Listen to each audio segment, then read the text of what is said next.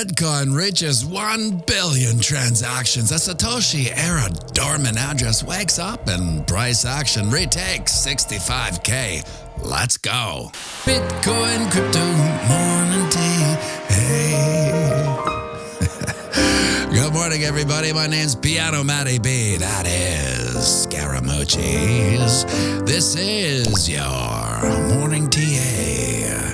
A brief glimpse into the crypto markets where the sun's shining, where the winds fly. All the humble opinion of this piano Zamboni bringing the The FOMO index has jumped up to 71 from yesterday's 69. Bitcoin dominance is 53.3%. 24-hour volume is 54 billion. The overall market cap 2.41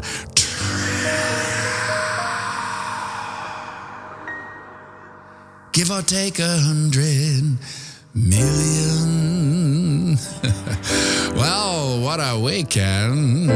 The bears got denarded. Shorts have and are about to get liquidated as price action ripped our faces off. But we talked about this, so it should have come as no surprise to anyone in this boutique community when Bitcoin price action, well, she had a little dumb. Maliciously speaking, I'd like to see number go up to our channel of eternal monotony support, now acting as resistance, Siggity 1.8. It's bullish that we've managed to basically stay in our channel of descension, save for a couple useless, annoying wicks. So hopefully we can meander back up to test this channel's resistance at Siggity 5.6. Lord love a duck.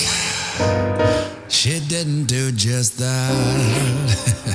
After getting tangled in the 20 moving averages web of headwinds, price action broke up and headed straight for our channel of eternal monotony support, which was acting as resistance, smashed that and continued up and over. The 200 moving average picking out at Siggity 5.5 and has feathered down to a time of production, Siggity 5.3. Placing us above all three moving averages. We haven't been above all three moving averages since way back in the end of April. And it's time to call old Mr. Cleanin' from a studio apartment above the Chinese restaurant on Sunset Boulevard, because we've carved out an inverse head and shoulders pattern. The price probability of this pattern is Zen. Sing it with me now. Oh, you take the pole, you slide it all, the breakout point 10, then we're all at 73K-ish, which is back to our all-time high range. But first, let's keep our papers on retesting our channel of eternal monotony's resistance line up at Siggity 6.1. Now over on the ding-dong, you can see we did manage to meander back up into the upper end of our channel of descension. And these channels do tend to break bullish, so all eyes on the breakout point up, the 38.2% fib at Siggity 5.9. It's of the utmost importance that we do break up and out, because if I say if we don't, we'll have just carved out another lower high, continuing the probability of this downward trend in channel, which could lead to a rejection back down to first the 50% fib at 63.4, and if she's so darn tootin', possibly a retest of our channel support, which is also the Siggity 1.8% fib down at 60.8. Quick look at the Wookie. Sees we did close the candle green, leaving this doozy of a hammer candle, signaling continued bullish prowess moving into this week. And although the wicks are making lower lows, it's quite evident that the bears can't keep the price down for any real amount of time. These wicks are a representation of denial. Basically, after the leverage longs get liquidated and cause the bearish cascades, the bulls are right there to buy it up. My heartbreakingly bullish outlook for the week would be to see price action get back up and into our tight little channel, which we've basically just done, and then rally to test its resistance way up. Siggity 9.3, which is a hop, skip, and a 6% bullish prance up from where we are now, and would mark a full-fledged recovery from our local bottom last week, which so far we've seen a 15% recovery back up, so things are good in the bullish hood. Hopefully the flush is over and the leverage is washed away, and the market can return to ripping the bears' faces off and making the world sit up and realize that a once-in-a-species opportunity is taking place right in front of their eyes. Skadoo-ya-doo-doo-doo-doo. When you look at that, my friends, the sun's up. It's another beautiful day here on planet Earth, a day none of us are guaranteed, but we're lucky enough to have anyway. So get out there and knock 'em dead. And remember, we're playing the same game as our psychopathic elected leads. That's right, it's the long game. So zoom out and have a fantastic day.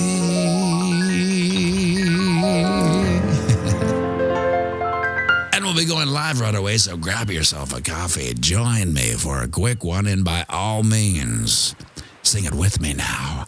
I run the banks of boom to spang, Bitcoin, crypto, morning tea. Hey, whoa. Cha-cha-cha-cha.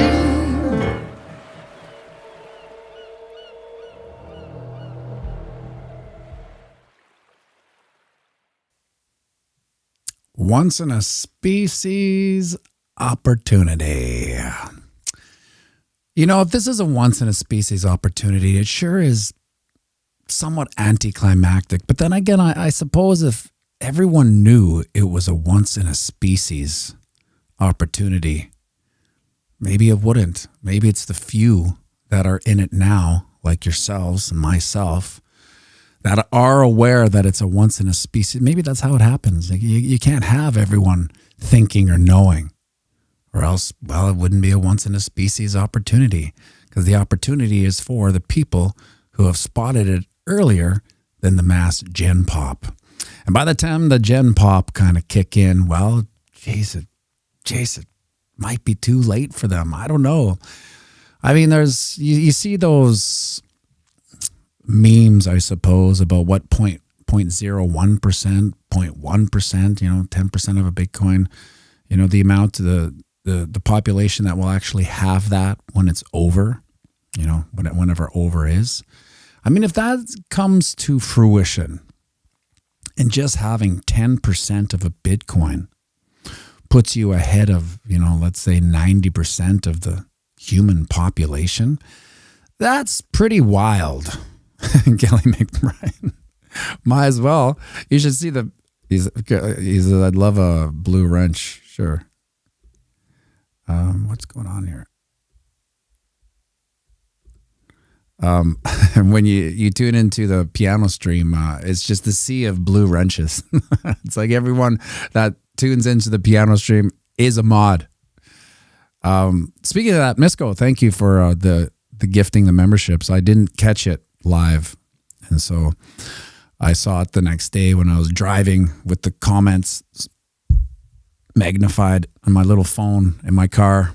Probably not the smartest thing to do, but it's right in my line of vision. You know, what's the difference? They say, and I don't know what it's like where you're living, but in Manitoba, if you touch your phone, if you touch that phone, well, you're getting yourself a $1,000 ticket. However, I can sit there and poke at my 11-inch screen, you know, to change this, change that, all the whole time I'm driving. That's not illegal. But if I touch that cell phone, $1,000 fine. I don't know if they're still doing that, but there was a big push for it. And I get it. You don't want to be distracted when you're driving. Who does? Yeah, so the once in a species opportunity, here we are in the midst of it, front running it. It's hard to believe sometimes, especially now, because we're in JP. Sooner or later, somebody from this group will become a mod and they will turn out to be a psychopath that bans everyone. Well, I think if that ever happened, JP, there's enough mods to deban people.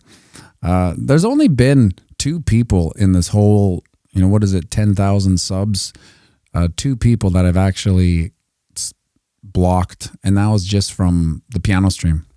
And I have a feeling that they were just Winnipeggers in the bar, embarrassingly enough, because that's how the Winnipeg audiences are these days. Being of the first people front running the once in a species opportunity, you wouldn't think it with the amount of where the sentiment is. When I say sentiment, when I think back to the 2020 bull run, I remember 20K was like insanity. It was like the world had changed. Something was very different this time. And I don't feel it this time. And maybe, I don't know what it is. I don't know. Maybe you guys agree, disagree, but hitting all-time highs, it wasn't as insane as 20K in 2020. What is going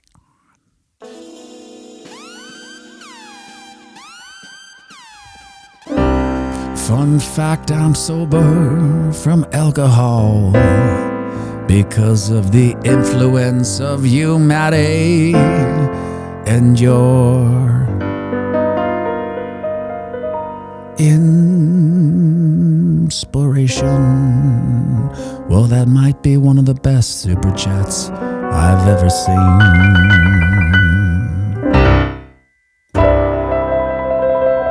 Wow, unbelievable, multi-sig dum-dum. How long have you been on the booze-free train there, multi-sig dum-dum? 33 years old. Wow. I was just saying, I saw a friend on Saturday that I hadn't seen in a while. He was part of my wild days. And we were partners in crime, so to speak. Kind of. I worked. He was at the bar, but I was just partying as hard as anyone, if not more. Anyway, he was sober a long time before I was. I think he's on about 12 years. But seeing him was, I told him my only regret is not quitting drinking earlier. And I mean, you can't, well, whatever. It was, I had to learn, I had to get to where I had to get to realize that there was, an upside. I honestly didn't think there was an upside. I loved everything about it. I loved my life. I loved the party. The party was always great. I was good at it. But 4 months sober and don't plan on drinking it. I'm going places and I don't think drinking will benefit me, says multi-sick dummy. Yeah. That's one of the big realizations that you have is that, so I always looked at it like a tree, the tree of life, so to speak. When you're partying on the low branches with all the other birds that can't, really get to the higher branches. And for most of my life, I Doug Yoder, been sober since I turned 30, turned 47 this year, 17 years. Congrats. I like this. This is an unbelievable little stream here with all the sobriety going on. And so I always thought that a lot of the business luck I had was because I was making these relationships with fellow boozers, so to speak. Like, not they're not alcoholics. We just we'd go and meet and have some drinks, and it was either at lunch or at dinner, and it was part of what I thought was making me successful in my little small business entrepreneurship. And then I realized that the birds up at the top of the tree, the sober birds, all you want to do is meet one of those birds opposed to 10 of the low-hanging birds in the boozed branches, so to speak. And I didn't know that, the conversations I have now with a lot of people that, have maybe taken their life to that next level, they all kind of have a booze story where they put the brakes on it or full on quit, and then they went up to that top of the tree, the top of the branches in the booze tree or lack of booze tree. And so the fish fry up at the top, there might not be as many, but the ones that are there are more important than the ones on the bottom. Not to say that, if you're drinking, all the best. I mean, for some people, it's just a normal thing. They don't, it's a second thought. You know what I mean? Like, they don't even think about it. Most of their life is not around any type of booze or alcohol. And then when they do, it's like, who cares? It's like going and have popcorn at the movie theater. It's like, well, I was at the movie theater, I had popcorn, what? But for people like myself, my whole life was around booze. So it was like, I was at the movie theater all day long and there's popcorn everywhere and it was free. So I had to make a decision whether I'm going to eat popcorn the rest of my life or maybe get on with it. And the thing is, once I stopped eating popcorn, I actually left the movie theater and I never went back. And that was, I don't think I would have been able to leave that movie theater had I not made the move out of alcohol. And I'm sure anyone, the funny thing is that, I don't really talk to anybody from my past life. I just don't run into them. I don't see them. And now that I'm not out of the movie theater, I'm, not watching those movies anymore. So I don't see them. So, and they don't, no one I know really tunes into this channel. This is more like a more international community, very small. I think Jesse is from Winnipeg, and of course the Third Eye Wise and Jen, they're from Winnipeg. But the crypto community here, most of them aren't from Winnipeg. So if they were to hear this story of me not drinking, and they probably wouldn't believe it because I was so good at it. And now I'm unbelievably good at not doing it. Yes, TRD farmer Jesse's. JP says, I've always had an addictive personality theory. Some people can show addictive behavior in anything in their life, whether it's booze, drugs, exercise, etc. Some people just don't have it. Yeah, you know what? That's a great point, JP, because I have noticed since stopping the drinking, I've become somewhat extreme on my practices. Whether it's a certain diet, like the carnivore diet, that's about as extreme as you get, right? As far as, and I feel I got to take things to extremes. Even this channel, I mean, there's so many metrics, so much data saying, I shouldn't have kept it going, but it's the extremism of my personality due to not having the alcohol that kept me kind of going through it. It's bizarre. I don't think I would have. I for sure wouldn't have kept this channel going had I been drinking. I just would have missed too many days, and then one day turns into a week, and next thing you know, it's over. Holy smokes! It's Duck. How you doing, buddy? Better, that's good. Some people were wondering if you were going to be better. I'm glad you... Oh, let's get these feet down before we really cause a ruckus, remember? Everything can turn this thing down. All right, buddy. Oh, you saving that cough for the live stream. Nice. Well, do you think you got a singing voice? I was thinking... No. I think you do. I was thinking about this...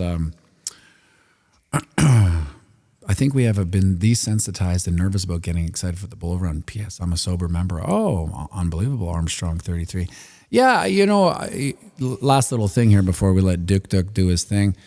I kind of agree with you, desensitized and nervous, because hey, can your talented Tootsies shut that reverb off? I know most people can hear it, but it's blaring in my ear. Because if we don't see a massive pump in this bull run, well, we got to ask ourselves a bunch of questions, as in, is the real upside over? And I mean, that's why, I think people are nervous at the top here, because it's like, well, it's got to go twice as high in order just to keep up the bullish prowess, or else we're going to have that conversation with ourselves that maybe the diminishing returns are in effect. And I think that's where the nervousness comes in. Kelly McBride said, "Nice Franklin barbecue shirt, buddy. All the way from Austin, Texas." Yeah, I know we're definitely hoping it's not the top, Squeaky McGee, but I think that's why we're nervous at the top, because we need to not only blow away the top, but at least get twice. Like if it's not $1.40, we still may be having that conversation about diminishing returns. Can you talented Tootsies put the reverb back in and not? Yeah, there we go. Okay, buddy. Let's Misco. We had a super chat from Multisick Dum Dum. So we are free from the prison of the YouTube monetary system, which pays us $4 an hour for the 4 hours. So let's do one for Multisick Dummy and Misco, because he gifted so many memberships on Saturday. Let's do one of the songs Misco always requests, Country Roads. We'll piano-fy it, of course. The piano is not on. Oh, okay. There you go.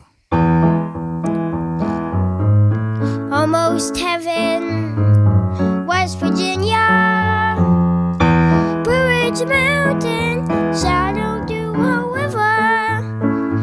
Our life is old here, older than the trees, younger than the mountains, blowing like a breeze.